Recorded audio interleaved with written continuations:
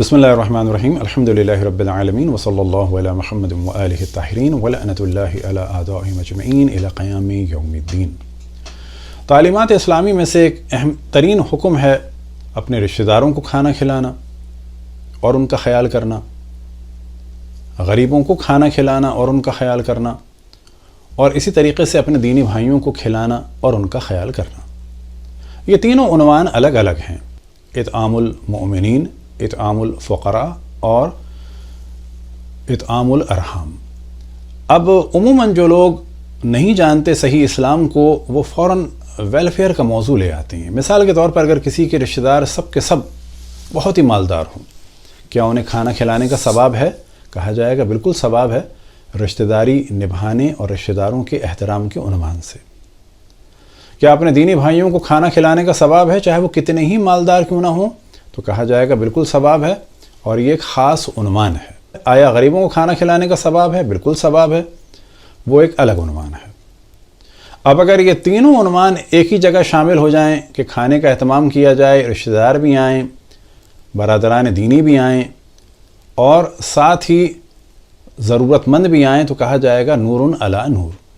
پس تمام دنیائے تشیع میں، چاہے ایران ہو، عراق ہو، شام ہو، لبنان ہو، بحرین ہو، اور پھر چاہے حجاز میں مدینہ ہو، یا اسی طریقے سے قطیف و احسا اور خبر و دمام ہو، بحرین ہو، انڈیا ہو، پاکستان ہو، ہر جگہ آپ کو رسم ملے گی کہ کھانا پکانا اور مختلف عناوین سے، چاہے وہ غم کے ہوں چاہے وہ خوشی کے ہوں، ان میں کھلانا۔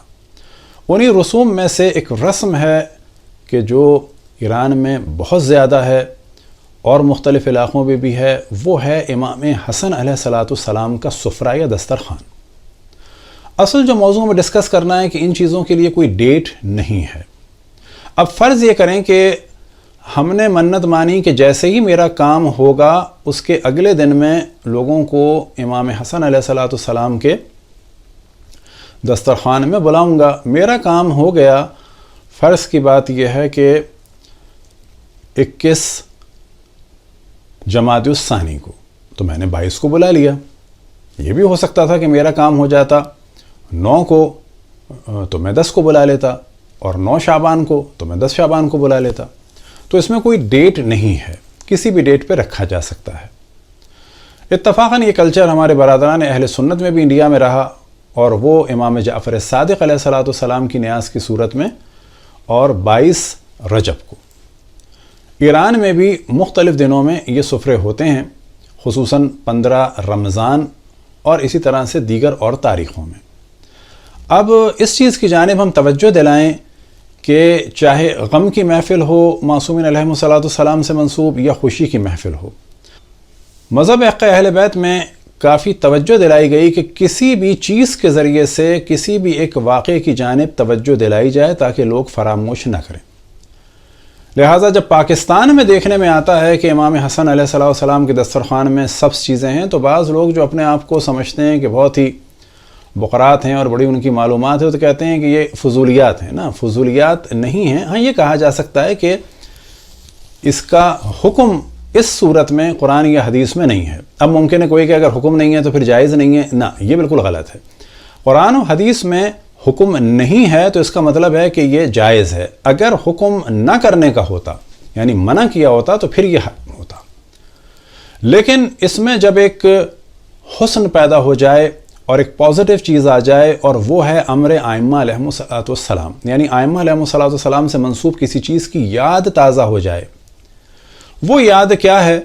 تو 2 طرح کی روایات ہیں، اتفاق سے اہل سنت میں بھی ہیں، کہ جب لباس آئے جنت سے امام حسن و امام حسین کے لیے، تو امام حسن کا سبز تھا اور امام حسین علیہ السلام کا سرخ تھا، کہ جس کی وجہ تھی کہ امام حسن علیہ السلام کو زہر دیا جائے گا اور امام حسین علیہ السلام کو قتل کیا جائے گا، اور آخر وقت میں ایک کے جسم کا رنگ سبزی مائل ہو جائے گا، یعنی سبز سا ہو جائے گا، اور ایک کے جسم کا رنگ سرخ ہوگا۔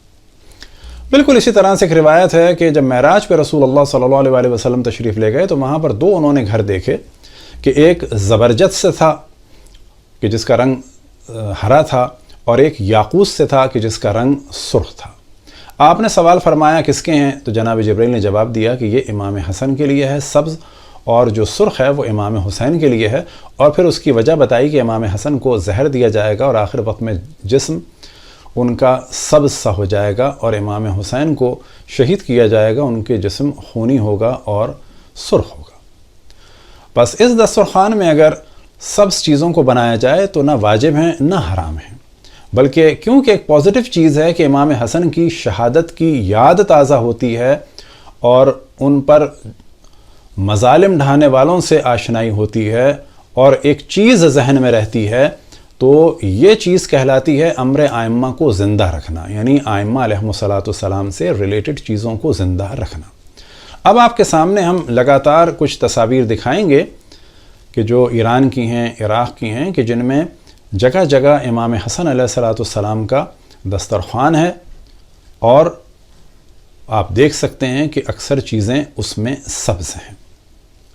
لہٰذا مومنین اس کام کو انجام دیں، یہ سوچتے ہوئے نہیں کہ ایسا کوئی حکم آیا ہے، بلکہ یاد رکھیں کہ یہ سوچتے ہوئے کہ ان چیزوں کے ذریعے سے اہل بیت علیہم السلام کا ذکر ہو رہا ہے، اور ان سے ریلیٹڈ ایک واقعے کو ان چیزوں کے ذریعے سے زندہ رکھا جا رہا ہے۔ دعا ہے کہ خداوند تبارک و تعالی ہم سب کو اہل بیت علیہم السلام کی خدمت کی توفیق عطا فرمائے، اور جہاں بھی جس طریقے سے بھی ہو سکے ائمہ کے فضائل اور ان کے مصائب کو یاد رکھیں اور یاد دلائیں، ان کے فضائل بیان کریں اور ان کے دشمنوں کے رذائل بیان کریں، اور بتائیں کہ کن لوگوں نے کیا ظلم ڈھایا اشرف الانبیاء پر اور ان کی آل پر۔ وصلی اللہ علی محمد و آلہ الطاہرین۔